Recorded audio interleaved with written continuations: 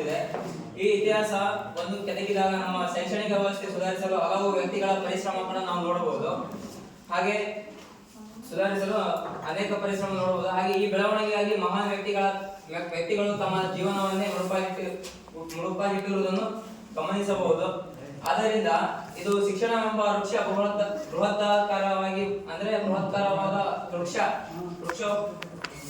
ವೃಕ್ಷವಾಗಿ ಬೆಳೆದು ಮಾನವ ಜೀವಿಗಳನ್ನು ಬುದ್ಧಿವಂತರನ್ನಾಗಿ ಮಾಡಿದೆ. ಅಂದ್ರೆ ಶಿಕ್ಷಣ ಮಾನವ ಎಂತನಾಗಿ ಮಾಡುತ್ತೆ, ಬುದ್ಧಿವಂತರನ್ನಾಗಿ ಮಾಡುತ್ತೆ. ಹಾಗೆ ಈ ನಿಟ್ಟಿನಲ್ಲಿ ಇದರ ವಾಸ್ತವಿಕತೆ ಅಪಾರವಾದದ್ದು. ಇದು ನಮಗೆ ಶಿಕ್ಷಣದ ಬಗ್ಗೆ ತಿಳಿದುಕೊಳ್ಳಲು ನಮಗೆ ಅಪಾರವಾದ ಮಹತ್ವವನ್ನು ಪಡೆದಿದೆ. ನಂತರ ಶಿಕ್ಷಣದ ಅರ್ಥ.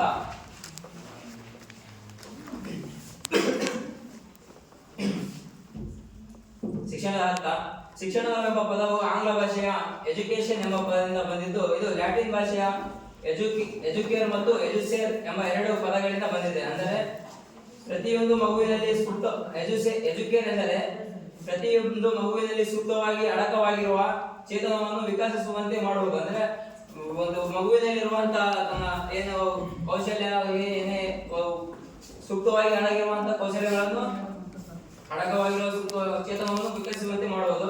ನಂತರ ಎಜುಸೇರ್ ಎಂದರೆ ಸಹಜವಾಗಿ ಪಡೆದಿರುವ ತತ್ವ ಸಾಮರ್ಥ್ಯಗಳನ್ನು ಬಹಿರಂಗಗೊಳಿಸುವುದು ಎಂದರ್ಥ ನೀಡುತ್ತದೆ. ಒಟ್ಟಾರೆ ಹೇಳುವುದೆಂದರೆ ಶಿಕ್ಷಣ ಎಂಬ ಪರಿಕಲ್ಪನೆಯು ಸಂಕೀರ್ಣವಾದದಲ್ಲ. ಅದಕ್ಕೆ ಇಷ್ಟೇ ಆದ ಮಿತಿ ಎಂಬುದಿಲ್ಲ. ಜ್ಞಾನಕ್ಕೆ ಮಿತಿ ಅಂತ ಇದೆಯಾ? ಇಲ್ಲ, ಹೌದಲ್ಲ? ಅದೇ ತರ ಕೇಳಿ, ಇದು ನಾಳೆ ಎಕ್ಸಾಮ್ ಕೇಳಬಹುದು. ಈ ಕ್ವಶನ್ ಇಂಪಾರ್ಟೆಂಟ್ ಇದೆ. ನಂತರ 10 ಮಾರ್ಕ್ಸಿಗೆ ಶಿಕ್ಷಣ ಎಂಬ ಪರಿಕಲ್ಪನೆ ಸಂಕೀರ್ಣವಾದದ್ದು ಮತ್ತು ಸಕ್ರಿಯವಾದದ್ದು. ಶಿಕ್ಷಣ ನಿರಂತರವಾಗಿ ಪ್ರಗತಿ ಹೊಂದುತ್ತಿರುವ ಸಮಾಜದಲ್ಲಿ ಬೆಳೆಯುತ್ತಿರುವ ಮಾನವರಿಗೆ ಸಂಬಂಧಿಸಿರುವುದರಿಂದ ಶಿಕ್ಷಣದ ಪರಿಕಲ್ಪನೆಯು ಕಾಲದಿಂದ ಕಾಲಕ್ಕೆ ಬದಲಾಗಿದೆ. ವ್ಯಾಖ್ಯೆಗಳು. ನಂತರ ಯಾವುದು? ವ್ಯಾಖ್ಯೆಗಳು.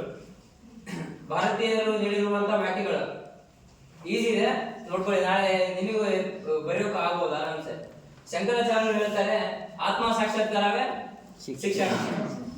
ಈಸಿ ಇದೆ ಅಲ್ಲ? ಬರೆದಿರುವುದು. ನಂತರ ಪಾಣಿನಿಯವರ ಪ್ರಕಾರ ನಿಸರ್ಗದಿಂದ ಪಡೆದಿರುವ ತರಬೇತಿಯೇ ಮಾನವ ಶಿಕ್ಷಣ. ನಂತರ ಗುರುನಾನಕರ ಪ್ರಕಾರ ಜನಸೇವೆ. ಹೌದಲ್ಲ? ಅದೇ ಅರ್ಥ. ಇವ್ರು ಏನ್ ಹೇಳ್ತಾರೆ? ಜನಸೇವೆ ಶಿಕ್ಷಣ ಅಂತ ಹೇಳ್ತಾರೆ. ಯಾರು? ಗುರುನಾನಕ ಪ್ರಕಾರ ಜನಸೇವೆ ಶಿಕ್ಷಣ ಅಂತ ಹೇಳ್ತಾರೆ. ಅವರು ಹೇಳುವಂತ ವ್ಯಾಖ್ಯೆ. ನಂತರ ಸ್ವಾಮಿ ವಿವೇಕಾನಂದರು ಹೇಳ್ತಾರೆ, ವ್ಯಕ್ತಿಯ ನಡತೆಯನ್ನು ರೂಪಿಸಿ ಉತ್ತಮ ಚರಿತ್ರೆಯಿಂದ ಬಾಳುವಂತೆ ಮಾಡುವುದೇ ಶಿಕ್ಷಣ. ನಂತರ ಪಾಶ್ಚಿಮಾತ್ಯ ಶಿಕ್ಷಣ ತಜ್ಞರ ವಾಕ್ಯಗಳು. ಅರಿಸ್ಟಾಟಲ್ ಹೇಳ್ತಾರೆ, ಸದೃಢವಾದ ದೇಹದಲ್ಲಿ ಮನಸ್ಸು ರೂಪಿಸುವುದೇ ಶಿಕ್ಷಣ. ಸಾಕ್ರೆಟಿಸ್ ಅವರ ಪ್ರಕಾರ ವ್ಯಕ್ತಿಗೆ ಸತ್ಯವನ್ನು ತಿಳಿಸಿ ಅದನ್ನು ಕಾರ್ಯರೂಪಕ್ಕೆ ತರುವಂತೆ ಮಾಡುವುದೇ ಶಿಕ್ಷಣ ಅಂತ ಹೇಳ್ತಾರೆ. ರೂಸೋ ಅವರ ಪ್ರಕಾರ ಪೂರ್ಣ ಶಿಕ್ಷಣ ಸ್ವತಂತ್ರ ಜೀವನವನ್ನು ನಡೆಸಲು ಕಲಿಸಿ ವ್ಯಕ್ತಿತ್ವ ವಿಕಾಸವನ್ನುಂಟು ಮಾಡುವುದೇ ಶಿಕ್ಷಣ ಅಂತ ಹೇಳ್ತಾರೆ. ವಾಯ್ಸ್ ಸರಿ ಇಲ್ಲ. ರಸ್ಕಿನ್ ಅವರ